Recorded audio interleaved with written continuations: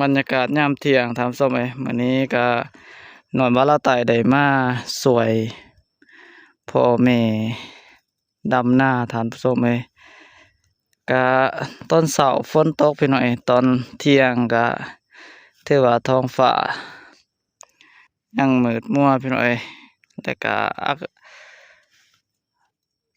แดดออกมาแห้งพี่น้อยถือว่าร้อนแห้งพี่น้อยตอนนี้ทำส้มบรรยากาศยามเที่ยงทำส้ม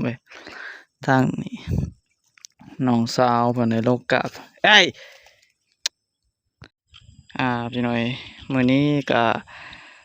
สิได้เมื่อแล้วพี่น้อยตอนแลงก็สิได้เดินทางกลับพี่น้อยก็มาสวยพ่อแม่น้องๆเพิ่นมาดำนาพี่น้อยหลังจากที่น้อยว่าเราไต่ได้ดำนาแล้วถามสมัยมื้อนี้ก็มาดำนาสวยเพิ่นถามสมัยก็ยังเพิ่นกำลังดำได้ให้1 2ให้พี่น้อยเพิ่นแลกับ3กับตัวนั้นถามสมัยยังบ่แล้วเถื่อถามสมัยกับบรรยากาศยามแลงพี่น้อยพี่พี่น้อยก็กับภาพธรรมชาติคือเก่าพี่น้อยทุ่งไร่ทุ่งนาเข้ากะพี่น้อยตอนนี้ก็เพิ่นได้หว่านกะใหม่พี่น้อยยันปากกาบ่พอได้ทำศพพี่น้อยตอนนี้ก็หอดครัวคือเก่าพี่น้อยอันนี้จะเป็นครัวใหม่พี่น้อยที่พวกเฮาจะได้ข้ามห้วยพี่น้อยป้าทำศพนำห้วยก็หลายพี่น้อยพี่เกือบเต็มพี่น้อยจนล้นตะพังเลยพี่น้อยฝาเบิ่งนี่เริ่มเด้พี่น้อยพี่ไก่สิล้นตะพังแล้วพี่น้อยพี่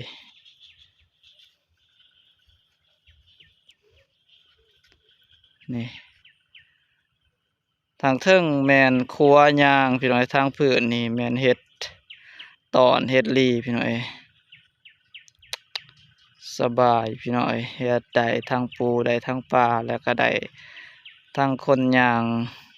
ผ่านไปมาพี่น้อยพี่เดี๋ยวน้อยบาลาตายจะยางเด้อพี่น้อยก็ขออนุญาตพี่น้อย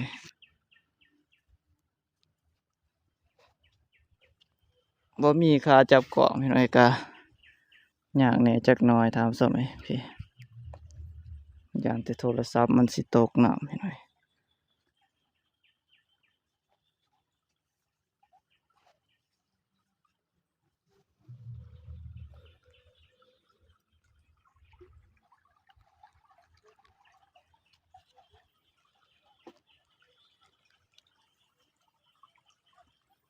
นี่นำหวยก็ฝนตกมื้อนี้พี่น้อยพี่พี่น้อยหลายพอสมควรถามสมัยถ้าตกอีกตอนแรกมื้ออื่นน่าจะท่วมอย่างแน่นอนพี่น้อย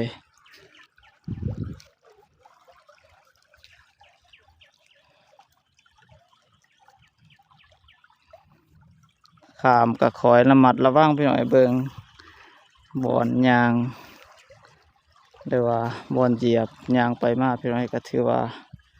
เสียวอยู่พี่น้อยมันน้อยพี่น้อยย่านแต่มันหักพี่น้อยพี่น้อยตอนนี้ก็ข้ามผ่านไปได้อย่างสวยงามพี่น้อยพี่ก็ถือว่าผ่านไปพี่น้อยพี่ก็สิได้เก็บภาพบรรยากาศตามทุ่งนาให้พี่ให้น้องได้มาเบิ่งมาชมพี่น้อยมาพี่น้องทางนี้เพิ่นได้ริเริ่มแล้วบ่หรือว่ายังพี่น้อยก็มาเบิ่งมาชมนำกันพี่น้อยตามสมัยพี่น้องเพิ่นทางนี้ยังบ่ทันได้ดำเด้อพี่น้อยพี่ก็ยังบ่ทันได้ดำบ่คืออยู่เขตน้อยบ้านลาวใต้เด้พี่น้อยเขาเจ้าได้ดำหน้าไว้พี่น้อยอยู่พี่นี่เขาเจ้าดำหน้าสาพี่น้อยบ่ทันดำพี่น้อยเพราะว่าอยู่มอห้วยห้องคลองบึงเด้พี่น้อยถ้าว่าเฮาดำก่อนกะมันครบขวบหรือว่าฮอดเดือนครบเดือน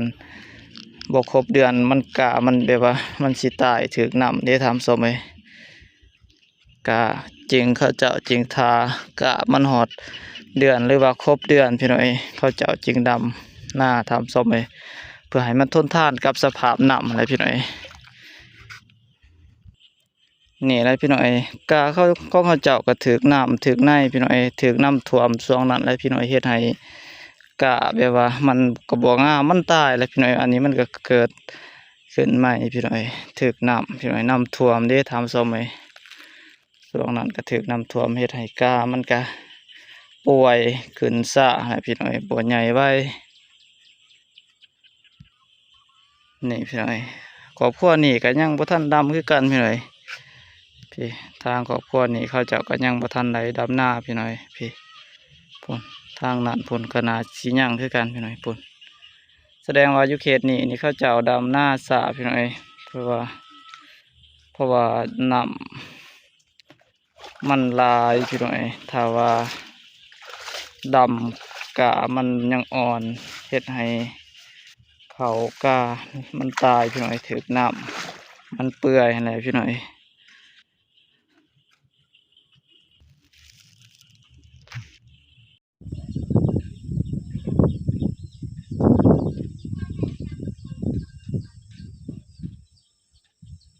บรรยากาศยามเที่ยงพี่น้อย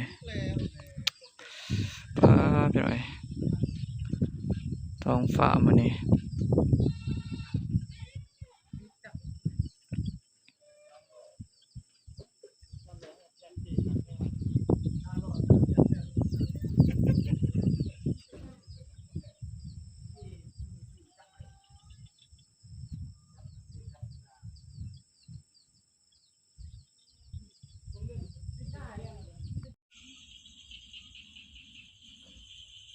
ทางนี้ก็ยังพี่น้อย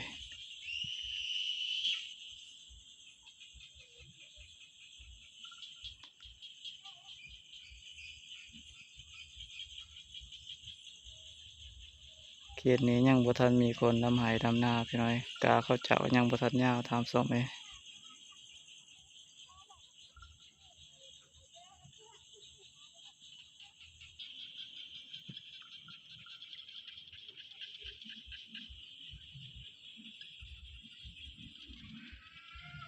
น้ำให้หน้าหลายพี่น้อยแต่ว่ากาบ่ทันยาวพี่น้อยบ่ทันได้ดำถามส้มเอ้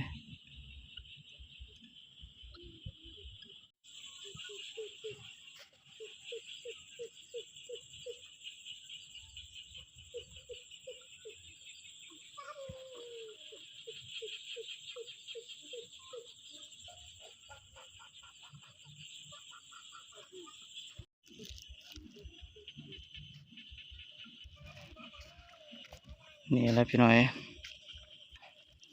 พี่น้องมันทางนี้ยังเด้อพี่น้อยยังบ่ทันได้ปักดำเขาหน้าปีถามส้มเอ้